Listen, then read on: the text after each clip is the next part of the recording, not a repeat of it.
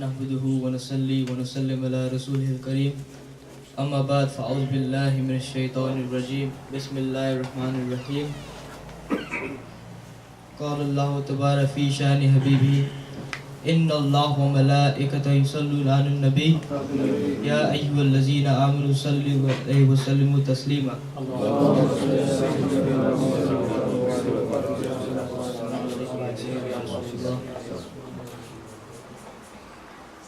I've mentioned this before, that anything that we do, any fast that we keep, any salah, we're not guaranteed that this will be accepted, that this is Qabul. But one thing we are guaranteed that will always be Qabul with Durood Sharif.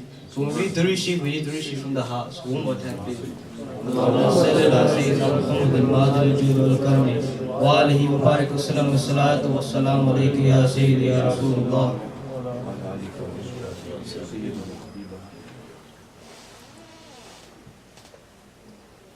We are honored to be sat under the supervision of Pir-e-Tareeqat, Rehbar-e-Shariat, Pir Sayyid Khalid Ali Tahiri Qadri, under the spiritual guidance, under the hand of Naqib al-Ashraf, Pir Sayyid Tahir al-Awdeen al-Qadri al-Jilani al-Baghdadi, radiyallahu ta'ala anhu, in the Mehfil of our Sheikh, our Grand Sheikh, of Ghaus al-Azam, Pir Sayyid Sheikh Abdul Qadir Jilani radiyallahu ta'ala anhu. And when we're in these mehfils, we talk about what we will learn from our sheikhs, what we learn from Rasulullah sallallahu alaihi wasallam. And just today I'd like to talk about, in the next 10 minutes, is what did we actually learn from Rasulullah sallallahu alaihi wasallam. Because when we go to the mosque, we can go anywhere and we learn. Yeah, we need to wuzu like this. We need to pray salah like this. We need to keep rosé. We need to keep fast. We learn these from the mosque. We learn these from the masjid. But what do we actually learn? What did the Sahabi actually learn from Rasulullah sallallahu alaihi wasallam? That what is a good Muslim? What is the qualities of a good Muslim? And the qualities of a good Muslim was set. The example was set. The true example was set by Rasulullah sallallahu alaihi wasallam. And this example was followed perfectly by the Sahabi, by Umar, by Farooq, by Umar Farooq, by Abu Bakr, by Ali. And the examples of being a good Muslim, of being loyal, of being trustworthy. And even the enemies of Prophet Muhammad sallallahu alaihi wasallam, even the enemies called Sadiq al-Amin. He's called Sadiq al-Amin, truthful and the trustworthy. And we need to learn, we need to read about these, we need to learn about how to be a good Muslim is how to be a good human being. We need to put our ignorance to a side, we need to be truthful, we need to be trustworthy. At the end of the day, we all know the story about the woman who threw rubbish on the Prophet. We all know how she threw rubbish on the Prophet every day, and when she became ill, the Prophet went to go help her. And through this, she accepted Islam. She accepted Islam, and the Prophet didn't have to speak. They said no word. Only through the actions of Rasulullah sallallahu alaihi wasallam did she accept. She accepted Allah and His Rasul through their actions. So if we act upon this, we don't need to speak. We don't need to say a single word. For Allah will send our message to the other side of the earth through our actions. If we act upon what the Rasulullah sallallahu alaihi wasallam did, if we act upon what the Sahabi did, we don't need to speak, we just need to act. And nowadays people are ignorant, people don't listen. Especially living in this country, in this part of the world, that people are very ignorant, but we don't need to speak. We can just act upon what the Rasulullah sallallahu alaihi wasallam did, about how they helped every child, how they give women rights, how they taught every child that came by, how they're forgiving, how they were caring.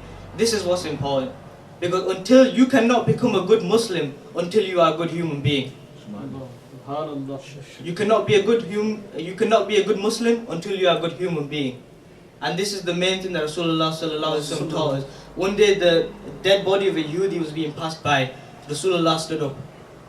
The Sahabi said, Rasulullah, this is the dead body of a Yehudi. He says, yeah, we know he's a Yehudi, but he's a human being as well. We know he's a Yehudi, but he's a human being as well. And this act, this is what the Sahabi learned from.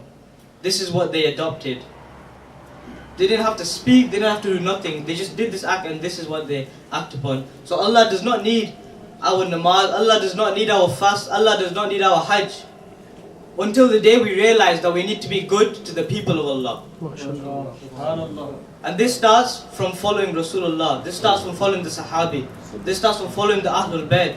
This starts from following Sheikh Abdul Qadir Jilani, our Sheikh, our parents, our teachers, even the Imam in the mosque, everyone around us. We say no. We always accept the knowledge they give us. Every knowledge, every piece of knowledge comes from Rasulullah sallallahu alaihi wasallam. Takbir, Nare Risalat, Nare Hadri, DarbareGhousia.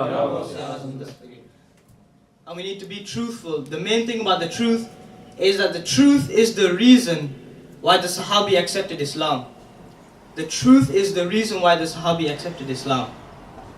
For the Sahabi said to Rasulullah, "O Muhammad, you are the most truthful. You are the most trustworthy. We trust you. We believe anything you say. You have never made a mistake. You have never created a sin. You have never told a lie.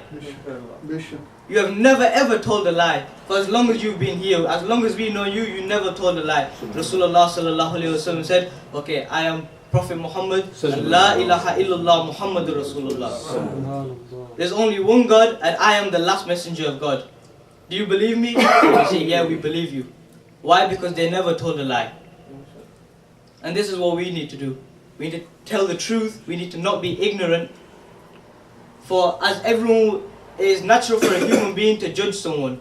It is natural for them to make assumptions. But if you are truthful, if you are trustworthy, and the main part is you do what the Sahabi did by adopting the teachings of Rasulullah, then this is what people will think of us, because we are Ahl-Sunnah wal Jama'ah, we are Muslims. And this is the whole world are looking at us. They look at what we do. And if we show them what we do not need to speak. We act upon the teaching of Rasulullah sallallahu alaihi wasallam, and this is what they will see. They'll see the truth. And may Allah give us the ability, the blessings to act upon these teachings of the Quran, of Rasulullah sallallahu alaihi wasallam, of the Sahabi, of the Ahlul Bayt, the family of the Prophet, the sons of the Prophet, the sons of the Sahabi, even our teachers, our parents, our Sheikh Abdul Qadir Jilani. Wa ma alayna illa al-balagh.